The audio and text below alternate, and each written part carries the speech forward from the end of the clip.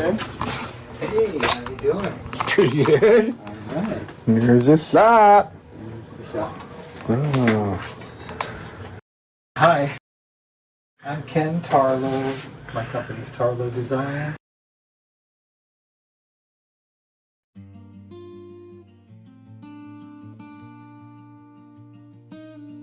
I'm sort of working on it. This is part of this whole process, which is a communication system for a disaster. So if everything goes down, there's no cell phone, there's no nothing, this system will enable neighbors to communicate with each other within about a 10-mile radius. So this box right here holds a drone. Below here is a reel that will hold a 300-foot tether. And so the drone will go up and be tethered. It has its own battery, but it gets power from down here, so it can be up for hours and hours. It allows people to communicate with these devices. Basically, it's like a walkie-talkie, you know, and people will have these all different ones around their neighborhood. And you can communicate, and there's also a screen here which will have the written version of whatever it is you're talking about, and this whole system keeps records of who said what when, and this whole system, the walkie-talkies are on both sides, and then the drone box is right here. This represents the size of a tough book. It's like a computer that's going to be stored right here. We have ways to plug in here to keep everything charged up. And there's other plugs and USB ports and stuff that you can power any other pieces of equipment that you might be using off of this thing. So it's basically it's stored in one case is everything you need to communicate in an emergency. So for example, right now, I need to make the little metal, get the little metal parts that are used to help this thing charge up. So back here, there's going to be two little metal pieces, and this goes in and interacts with those metal pieces and charges this thing up. Well, it turns out it's easier for me to take those metal pieces off of something that already exists, like this, than it is for me to fabricate them. So I'm going to take this apart and get these metal pieces.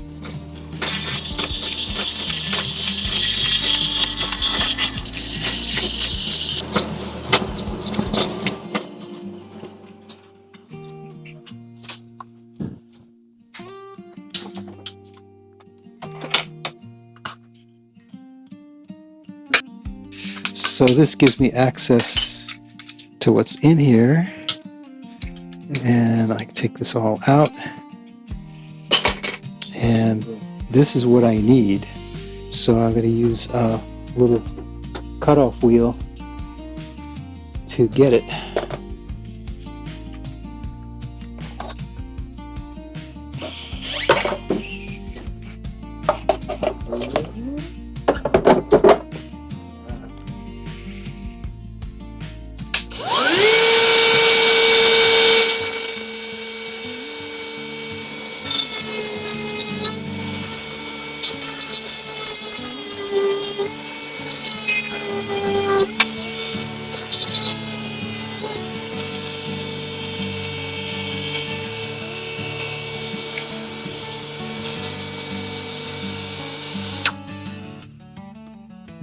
That's what I need.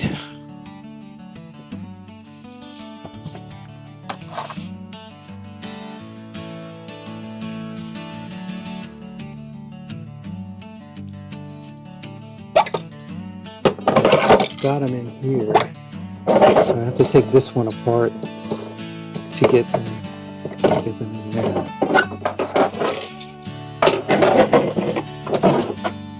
So you're doing conceptual, this is all R&D conceptualization of the idea. Yeah. Starting the idea. Pretty much. I want to get as close to the real thing as I can, but we'll learn everything we need to learn on this, and then we'll make a really nice one. What made you become an industrial designer? I've been tinkering with things since I was 5 years old, and I had my own shop down in the basement of my parents' house from when I was like 10 years old. And parents were,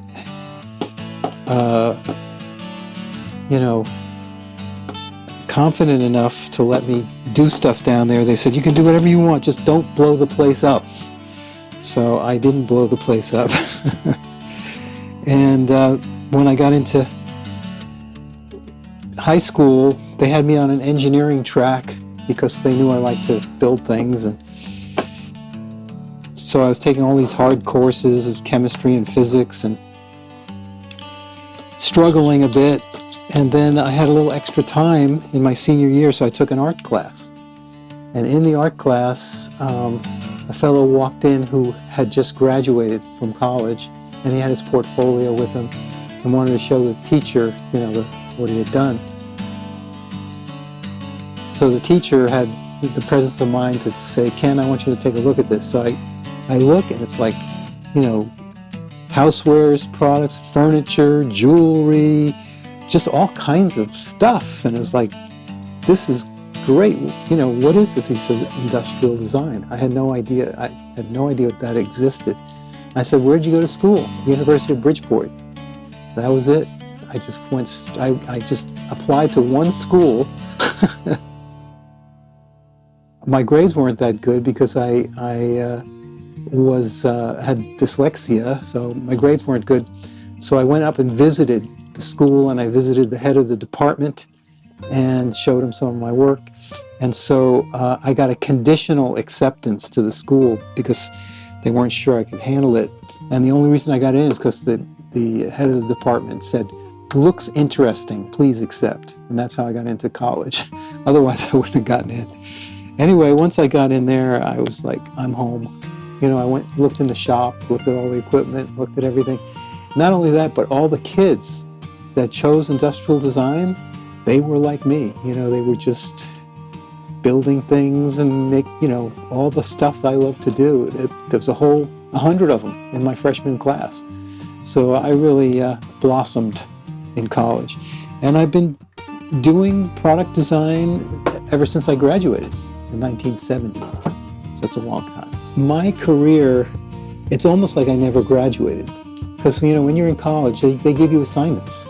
They just say, I want you to design a new kind of pliers, and you got to figure out how to design a new kind of pliers. Well, that's my life, is people come into my office and they say, I need a new this or that, and whatever it is, I have to become an expert in that area and know how it all works and design something unique and beneficial and what they're after. So it's almost like I never graduated.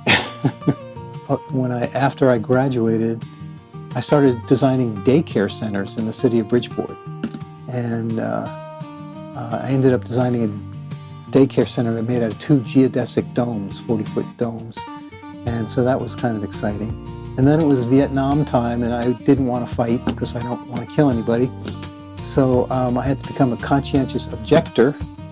And then they want you to do alternate service. And so I chose teaching transcendental meditation as my alternate service. In order to do that, I had to spend time with Maharishi, Mahesh Yogi. And when I got done with the teacher training, he was not happy with the video players that they were using. They were the largest single user of Sony U-matic video players in the world, and they kept breaking. So he said, we need a video player that's not going to break. So my friend Howard and I were elected to try to design a new video player for Maharishi. So that was one of my first design jobs, designing a new video player, which was challenging, to say the least. But and everything sort of happened from there.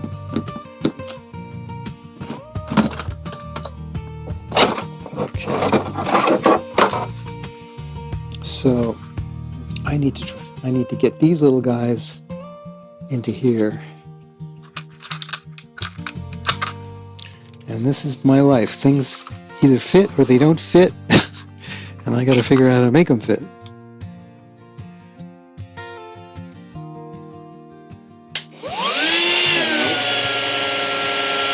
Just got to open it up a little bit.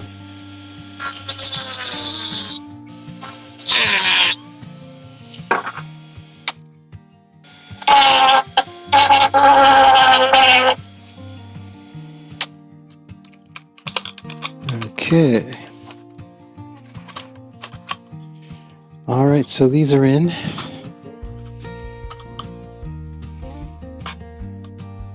the Maharishi, you did that for 6 years?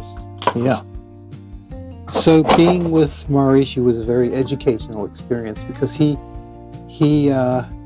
wanted to see our progress. So as we would be working on this video player, he'd call us in. He wanted to see exactly what we were working on and how we were getting things to operate.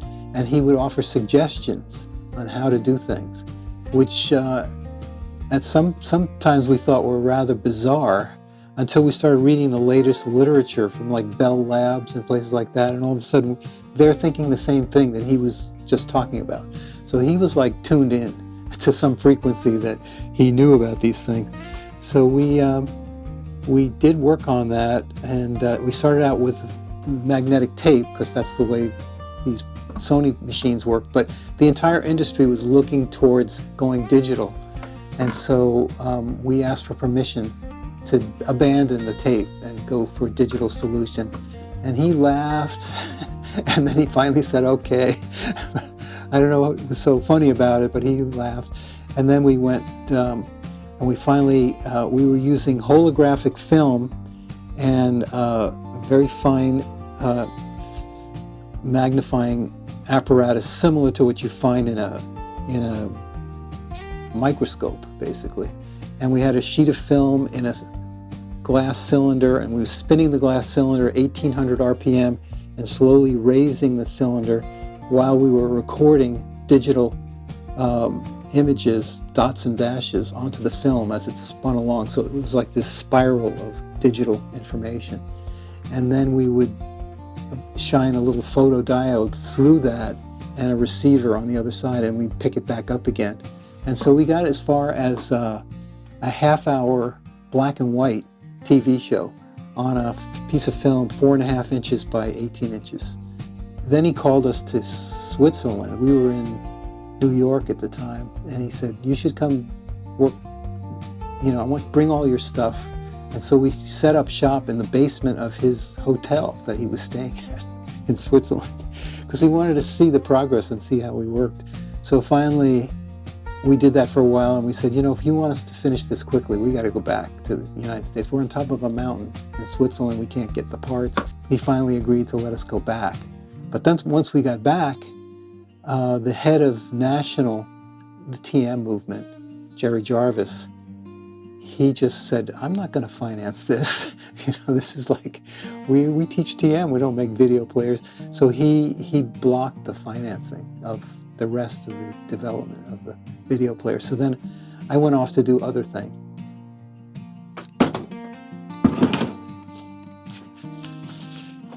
Okay, so I'm going to start working on this guy.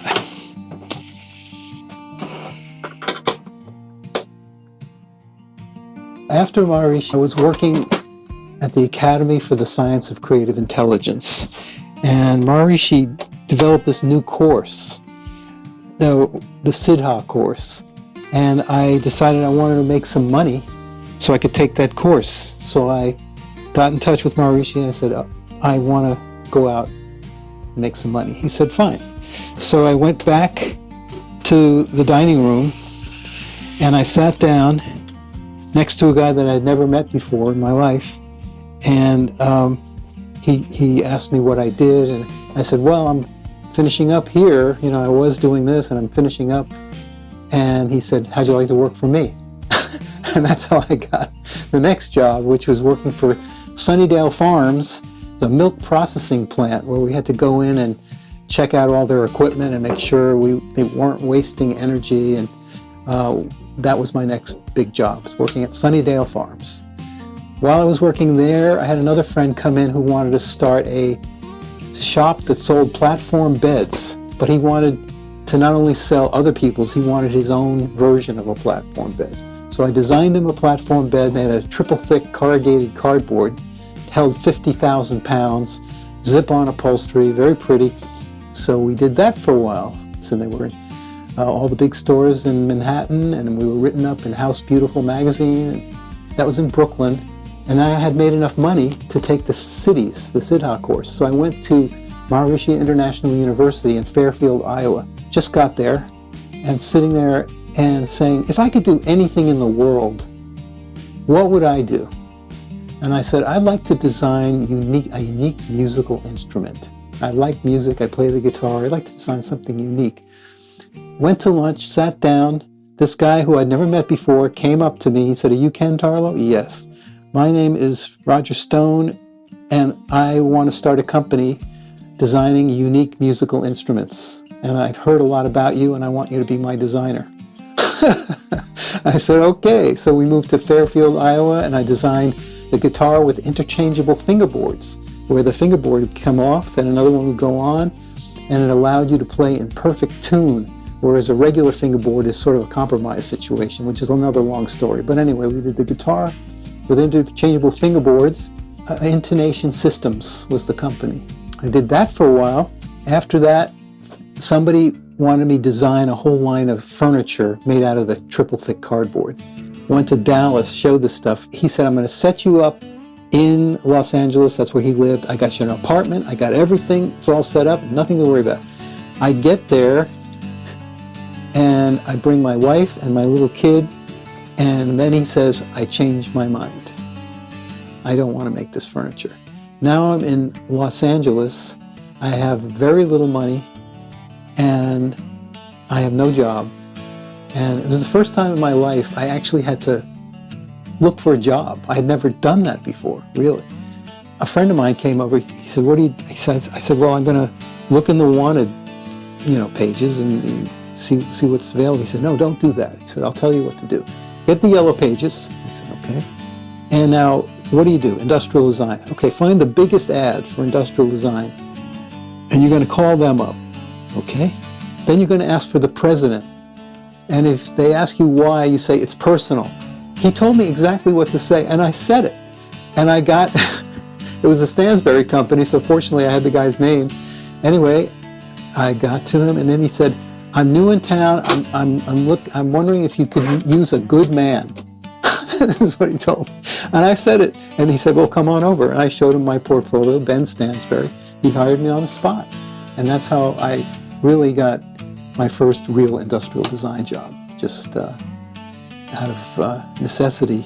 Started there, worked for him for 3 years, doing a lot of different projects. He was your classic industrial design company. I mean, he had big clients. He had Ronco, and he had Mattel and other big clients, and we had 30 people on staff, making prototypes and doing drawings. Everything was on the drafting table, no computer. So it was an honest-to-goodness industrial design firm in Beverly Hills. Everything we did ended up getting a patent. We did earphones for the airplane. This was, the time the guy walked in who had the idea, and he worked installing the audio equipment in the airplanes. And every time he would install equipment, they'd say, when are we going to get a good pair of headphones? And so he knew what they needed. He knew what they were paying price-wise. And so he came to us and said, I need a good pair of headphones. They put me on the project. I worked with the UCLA audio department and studied ears and studied ear canals. And we made these little exponential horn things that fit in your ears with cosmetic foam tips. The old ones were vinyl, and they had the hole right in the middle. Well, your ear hole isn't right in the middle of your ear. It's down below. Anyway, we figured out these little headphones, and we patented it. He sold 60 million of them to the airlines. And they loved them because they didn't have to throw the whole thing out. They could just replace the little foam tips. And people were happy with the sound. And I traveled for years. I would go to China for products and stuff, and they would hand me my headphone. I was like, okay, I recognize this. Cool. I've been dealing with the art of the idea for many, many years, and I never really looked at it in those terms. That it's the art of the idea. That's where it all starts. Somebody comes in, they have an idea, and I have to evaluate it, see if it makes sense. Is it manufacturable? Is there enough people that want it? Are there any legal issues that, somebody's going to hurt themselves with it? It's got to pass all the criteria. And then if it does, then we work on it.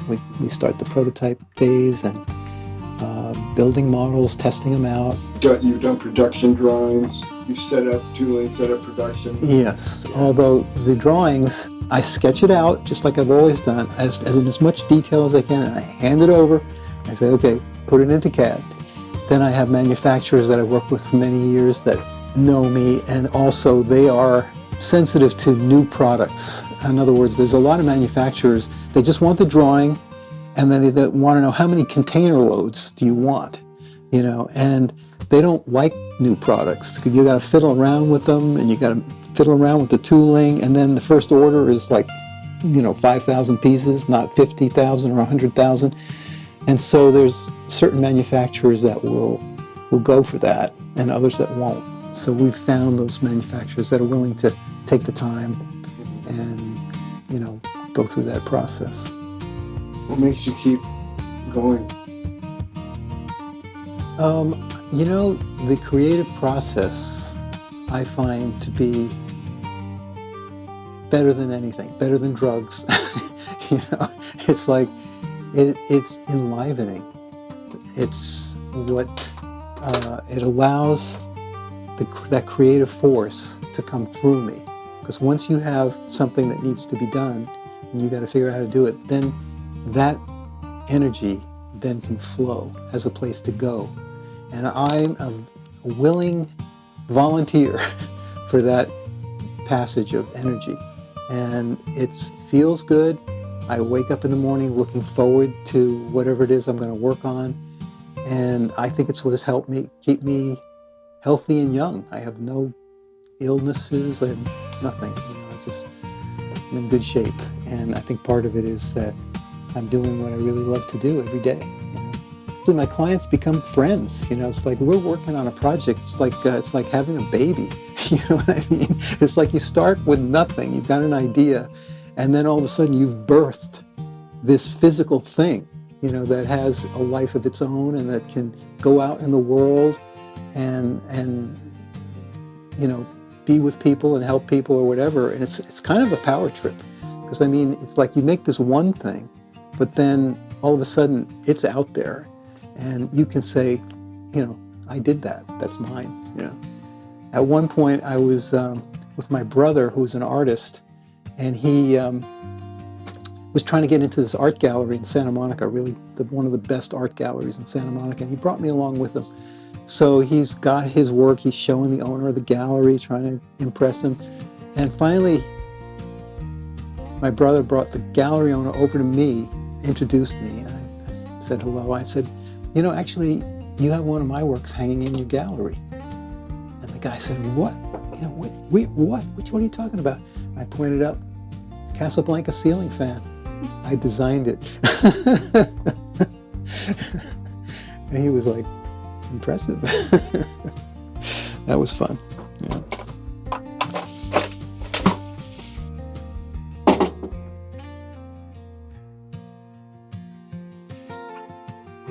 Yeah, this little guy, there's a reel down here that holds the tether, and then it comes up, goes through this hole here, and this little mechanism goes back and forth like on a fishing rod to make the tether reel up easily, stuff like that. And then this right here is like a clutch. So if I activate this motor, this thing detaches and the tether can go up freewheel, And then when I want to draw it back in, I put the clutch back in, and then it physically winds it back and lands back in its little housing. So the drone goes up, and the antenna is only about 18 inches long, but it's got to be up about 300 feet. Then you've got a radius of 10 miles to be able to communicate with anybody in the neighborhood. And we do have GPS, so that each person with one of these transceivers, little walkie-talkies, you can see where they are. There's a map on the central computer, and so he knows where all the people are that are holding these things. It's built for helping people out when everything else goes down. You can't count on the fire department, you can't count on the police department. All you can count on is yourself and your neighbors. And this is what's going to let you do your job.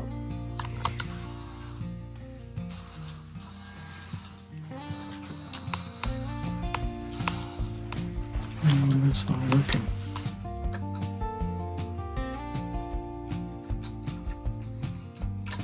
What would you tell somebody that makes things or thinking of what you're doing? What would you tell somebody? How could you encourage somebody making things for their life?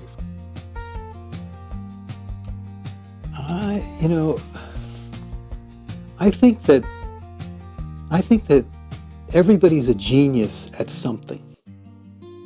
And I think you just have to find out what you're a genius at. And then you go for it. Because it's going to be easier for you because you're already a genius at it.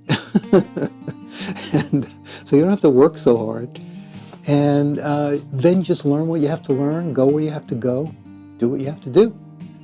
But I really do believe everybody's got something that they're just really good at. They just have to discover what that is.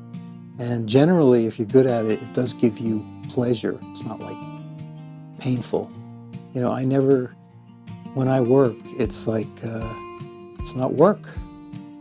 I can say I've never worked a day in my life. It's not work.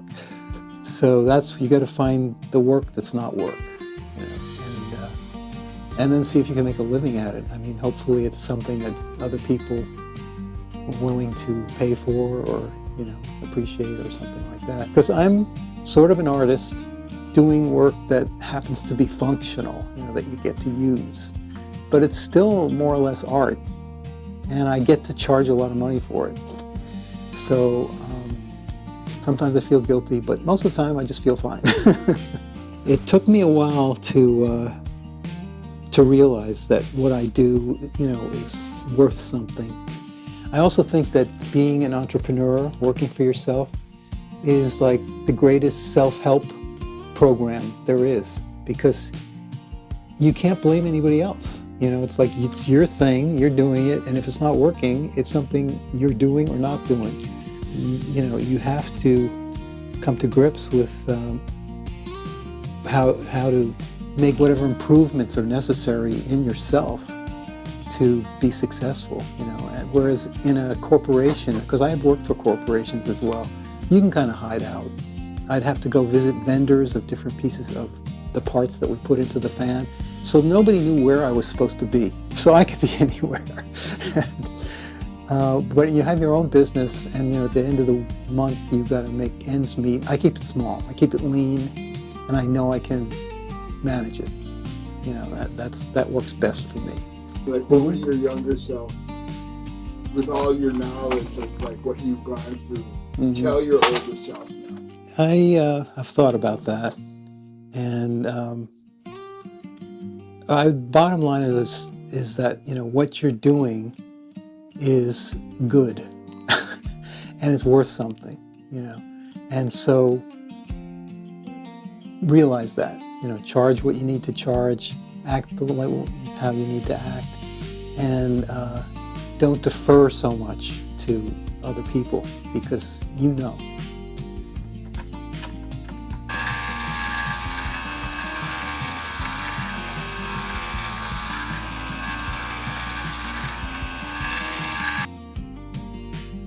The 3D printed version goes back and forth.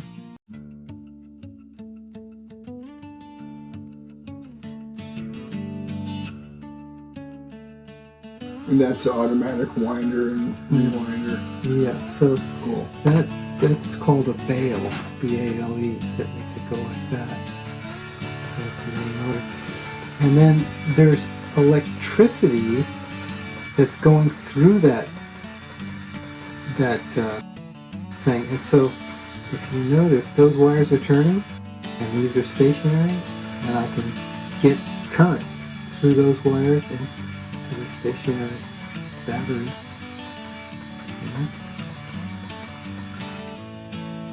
Is that a special mechanism? It is, yeah. This guy Mattel that does my electronic stuff, he's a character. NASA brought him in from Italy and gave him a green card and said, go to work. So he does projects for them, and I'm his only other client. It's me and NASA.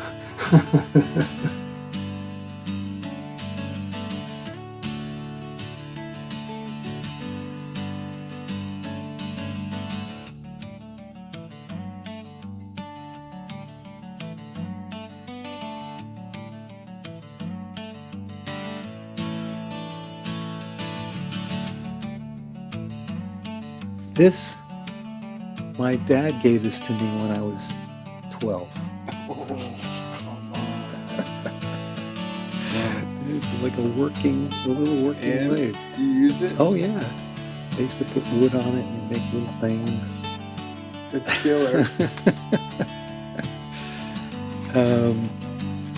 This is for kids. This is and I have the video on this.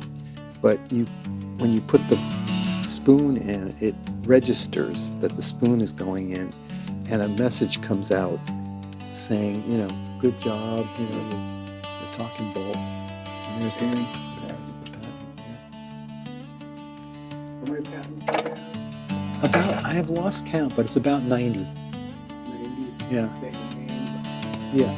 There's probably about 300 that my name's not on. You remember this well? I should actually have one of these. Yeah, you around. should. I'm going to get one. But you were part of that. Yeah. You were part of that. A long time ago. 4 million units. 4 million. So that's one that I actually came up with on my own. Mm-hmm. That just wouldn't go away. So I had to do it. Yeah. But you sold them. Oh yeah. And I actually licensed it after I sold a bunch of them. I licensed it. It's just amazing how really kind of dumb products can do better than products you think have a lot of potential. This is probably the biggest selling product I ever did. The Turbo Wash, 12 million units sold. That's a lot of units.